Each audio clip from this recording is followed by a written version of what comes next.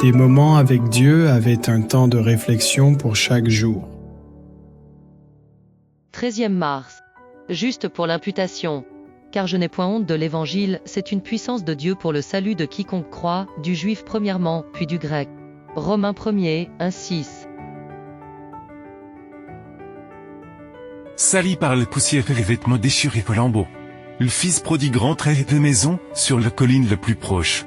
D'où on perd l'horizon de les routes. Le père attend le retour de son fils, un long temps s'était écoulé. Les richesses qu'il avait apportées avaient disparu et les vies de plaisir étaient finies. L'abondance de l'argent s'était envolée avec les vies misérables qu'il menait.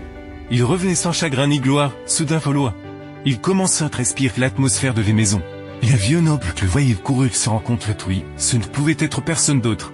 C'était son père qui avait attendu son retour et les maisons, il ne l'accueillit que comme un fils. Rebecque Odine lui reprochait son départ au contraire, comme un vétéran de guerre revenant du front. Le père le reçut avec les honneurs, on ne peut pas le voir tous avait dit-il. Mais dans ces conditions misérables, il est immédiatement enlevé son propre manteau couvert et vente. Que portait son fils? Que d'émotion cette histoire peut-elle susciter savoir que, même si nous avons erré sans but dans le monde, on gaspille notre vie et nos talents.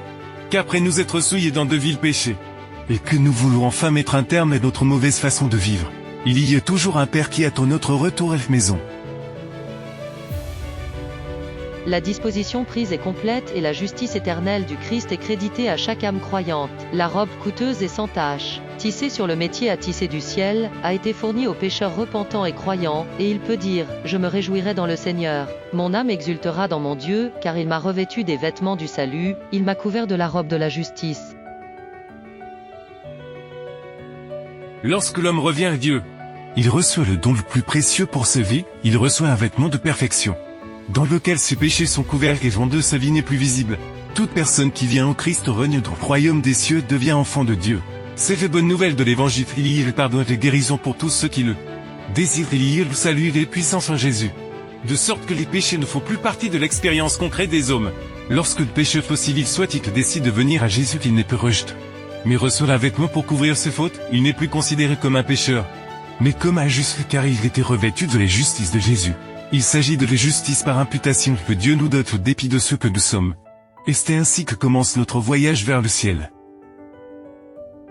Nous sommes pécheurs par nous-mêmes, mais nous sommes justes en Christ. Ayant été rendus justes par la justice imputée du Christ, Dieu nous déclare justes et nous traite comme tels. Il nous considère comme ses enfants bien-aimés. Le Christ agit contre la puissance du péché, et là où le péché a abondé, la grâce abonde.